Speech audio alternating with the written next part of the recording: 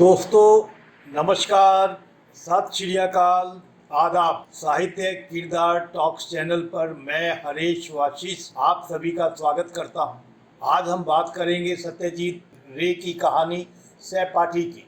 यह कहानी सचमुच भावुक करने वाली है। कहानी का मुख्य किरदार मोहित सरकार नायक भी है और खलनायक भी। उसे 30 साल बाद किसी दोस्त से मिलने की थोड़ी सी उत्सुकता तो होती है, लेकिन अमीरी की चकाचौंध में जीने वाले इस व्यक्ति को शाम होते होते तक ध्यान भी नहीं रहता कि शाम को उसका मित्र घर आने वाला है। याद रहता है तो वह अच्छे रेस्टोरेंट से उसके लिए चाय के साथ नाश्ते के लिए भी कुछ बेहतरीन चीज़ें पैक करवा कर ले आता। राय साहब ने कहानी को इतने बेहतरीन तरीके से बुना है कि शाम को जब मोहित अपने दोस्त जय की असली हालत देखता है तो उसे इस बात का तो अफसोस नहीं ही होता कि वह दोस्त के लिए कुछ बढ़िया चीज़ें पैक करवा कर नहीं लाया, साथ ही मन सोचता है कि इसके लिए तो 2 बिस्कुट ही बहुत थे। वह तो भला हो मोहित की पत्नी का कि उसने कम से कम चाय के साथ समोसे और संदेश भिजवा दिए। ऑफिस के लिए तैयार हो रहे मोहित को जब जयदेव से फ़ोन पर बात करनी थी तो वह उसे शाम को बुला लेता है। उसके मन की उधेड़-बुन और विचार मंथन को सत्यजीत रे साहब ने किस तरह से व्यक्त किया है, उसकी एक वानगी देखिए।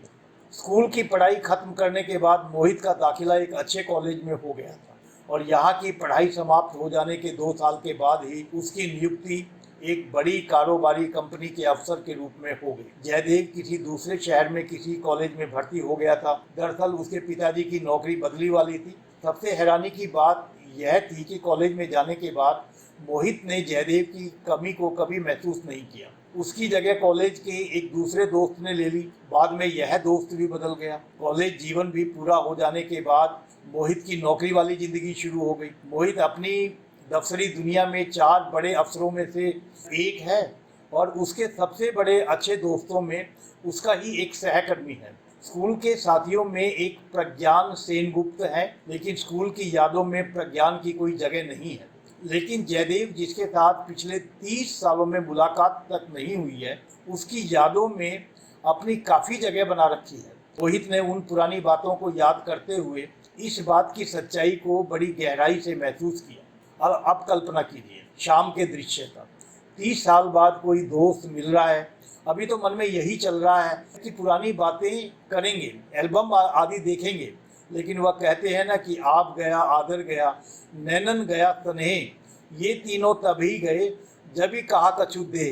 लेखक लिखते हैं कि काम का निपटारा कर मोहित जब ली रोड स्थित अपने घर पहुंचा तो बालीगंज गवर्नमेंट स्कूल के बारे में उसके मन में रत्ती भर याद नहीं बची थी। यहाँ तक कि वह सुबह टेलीफोन पर हुई बातों को भी भूल चुका था। उसे उसकी याद जब आई जब उसका नौकर विपिन ड्राइंग रूम में आया और उसने उसके हाथ में एक पुर्जा थमाया। इस पर अंग्रेजी में लिखा था, Jaidev Bose as per appointment. सारी कल्पनाएं हवा हो गई। दोस्त की जैसी छवि मन में थी उससे एकदम उल्ट। अंदेशा हो गया था कि वह कुछ मांगेगा, अब तो टालना पड़ेगा। फिर एक साथी ने आगाह कर दिया हो कि हो ना हो यह जुआरी हो गया है। सट्टेबाजी की लत जिसे लग जाती है वह ऐसे ही पैसे मांगते हैं। मांगने वाली आशंका सच साबित हुई।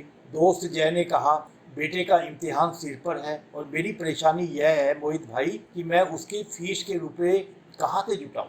लेखक सही ही लिखते हैं। जब आगे कुछ कहने की ज़रूरत नहीं थी तो मोहित समझ गया। इसके आने से पहले ही उसे समझ लेना चाहिए था कि क्या माजरा है। आखिर वह कितनी रकम मांगेगा।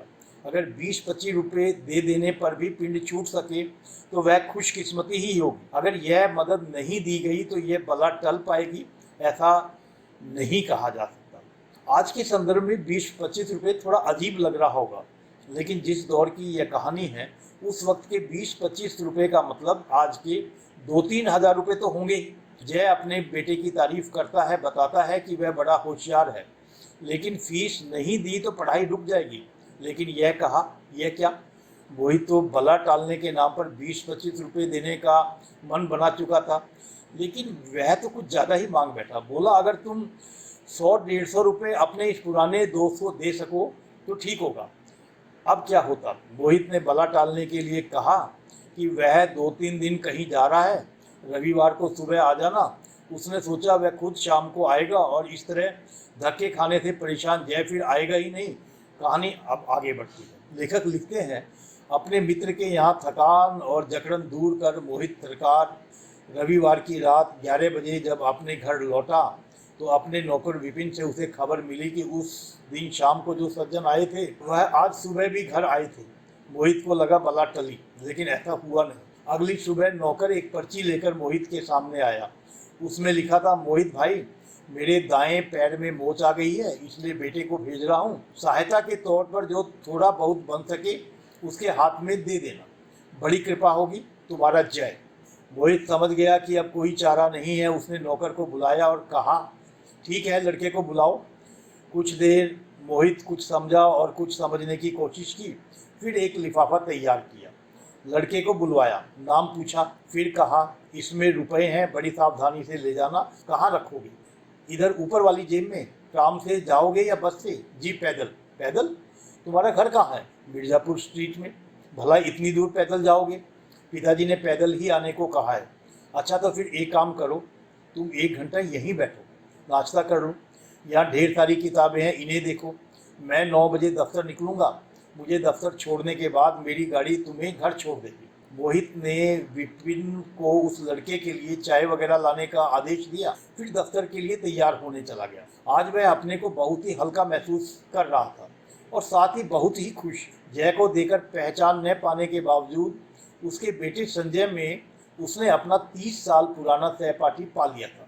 कहानी खत्म हो जाती है और साथ ही छोड़ती है एक सन्नाटा। गुर्बत में पहुंचे व्यक्ति को क्या हमेशा शक की निगाह से ही देखना चाहिए? एक संपन्न व्यक्ति से कुछ मांग रहे व्यक्ति पर क्या संदेह ही करना चाहिए? आखिरकार एक बच्चे की मासूमियत से शक करने वाला भी पिघल गया और वह भावुक कहानी एक संदेश सा छोड़ती चली गई, जिसमें हमने मूल किरदार मोहित के रूप में कई रूप देखे। एक सामान्य इंसान की तरह ही तो है मोहित। उसके मन के भावों को एक सामान्य इंसान की तरह ही हम लेंगे तो वह न भगवान है और न फरिश्ता।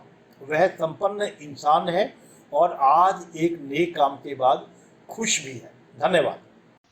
तो यह थी सत्यजीत रे की कहानी सहपाठी के किरदार मोहित सरकार की विवेचना कर रहे थे वरिष्ठ पत्रकार हरीश वाशिष्ठ। साहित्य किरदार चैनल टॉक्स पर अगली बार किसी और किरदार के साथ मिलेंगे। तब तक के लिए धन्यवाद, नमस्कार।